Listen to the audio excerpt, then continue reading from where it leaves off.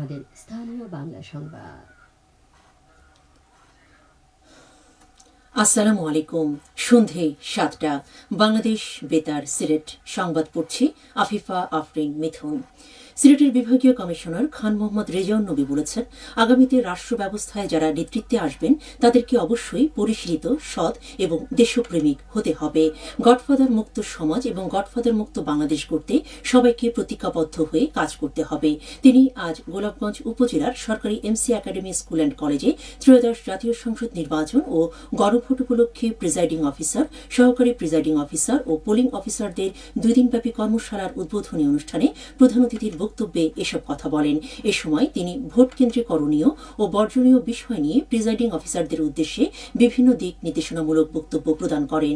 এছাড়াও সুষ্ঠুভাবে ভোট গ্রহণে সবার সহযোগিতা কামনা করেন। উপজেলা প্রশাসন ও উপজেলা নির্বাচন অফিস যৌথভাবে এর আয়োজন করে।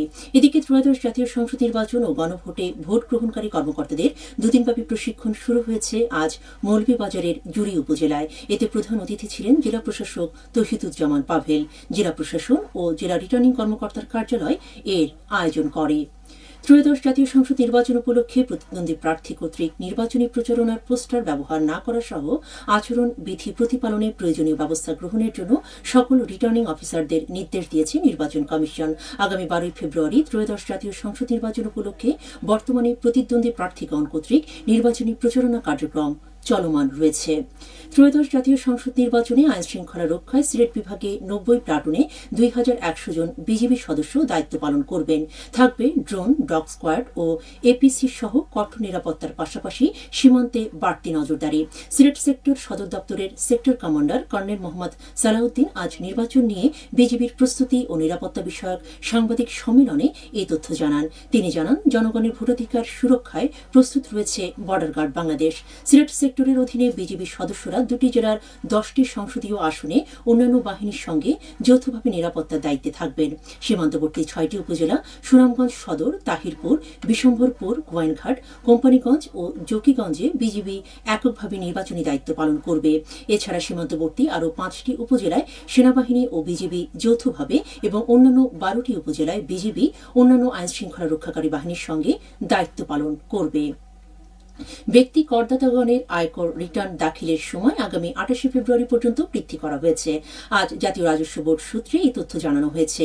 রিটার্ন দাখিলের সুবিধার্থে আগামী 31 জানুয়ারির পরিবর্তে 28 ফেব্রুয়ারির তারিখ নির্ধারণ করা হয়েছে। বাংলাদেশ কারিগরি শিক্ষা বোর্ডের অধীনে অনুষ্ঠিত 2025 সালের এসএসসি ও দাখিল ভকেশনাল নবম শ্রেণীর সমাপনী পরীক্ষার ফলাফল পুনঃনিরীক্ষণের আবেদন প্রক্রিয়া আগামী 1 ফেব্রুয়ারি থেকে শুরু হবে। আজ বোর্ডের ওয়েবসাইটে প্রকাশিত এক বিজ্ঞপ্তিতে এ তথ্য জানানো হয়েছে। বিজ্ঞপ্তিতে জানানো হয়েছে, আগামী 7 ফেব্রুয়ারি পর্যন্ত সংশ্লিষ্ট প্রতিষ্ঠানের মাধ্যমে অনলাইনে পুনঃনিরীক্ষণের আবেদন করা যাবে।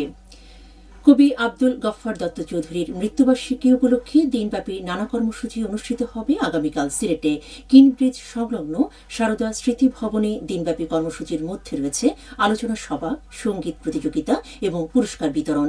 এতে প্রধান অতিথি হিসেবে উপস্থিত থাকবেন ঢাকা বিশ্ববিদ্যালয়ের বাংলা বিভাগের প্রাক্তন চেয়ারম্যান অধ্যাপক ড বিশ্বদেব চৌধুরী। এতে সভাপতিত্ব করবেন শিক্ষাবিদ ও গবেষক ড আবুল ফতে ফাত্তা। বাঙালির ঐতিহ্যবাহী পিঠা উৎসব আজ থেকে শুরু হয়েছে মৌলভীবাজার শাহ মোস্তফা ডিগ্রি কলেজে। কলেজ ক্যাম্পাসে এর উদ্বোধন করেন অধ্যক্ষ প্রফেসর ড মামুনুর রশিদ। দেশের বিভিন্ন অঞ্চলের পিঠা সম্পর্কে বর্তমান প্রজন্মকে জানানো, এর স্বাদ গ্রহণ এবং বিলুপ্তপ্রায় পিঠার ঐতিহ্য তুলে ধরার লক্ষ্যে প্রতি বছরের মতো এবারও এই পিঠা উৎসবের আয়োজন করা হয়েছে। 3 দিনব্যাপী এই পিঠা উৎসবে 19টি স্টল স্থান পাচ্ছে। এদিকে সিলেটে আগামীকাল সাংস্কৃতিক সংগঠন শ্রুতির আয়োজনে পিঠা উৎসব অনুষ্ঠিত হবে। নগরীর ব্লুবার্ড স্কুল অ্যান্ড কলেজ মাঠে দিনব্যাপী এই উৎসবে নানান পদের পিঠা প্রদর্শনের পাশাপাশি পরিবেশিত হবে সঙ্গীত, নৃত্য ও আবৃত্তি। সবশেষে আবহাওয়া। রাত 1টা পর্যন্ত পূর্বাভাসে বলা হয়েছে, সিলেট সহ পার্শ্ববর্তী এলাকায় আজ কোনো সতর্কবাণী নেই এবং কোনো সংকেত দেখাতে হবে না। আজ সিলেটের সর্বোচ্চ তাপমাত্রা ছিল 29 ডিগ্রি এবং সর্বনিম্ন 14 ডিগ্রি সেলসিয়াস। বাতাসে আর্দ্রতা ছিল সকালে 69 এবং সন্ধ্যায় 60%।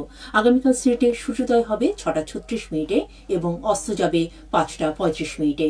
সংবাদ শেষ হল। পরবর্তী স্থানীয় সংবাদ প্রচারিত হবে আগামীকাল সকাল 8টা 10 মিনিটে।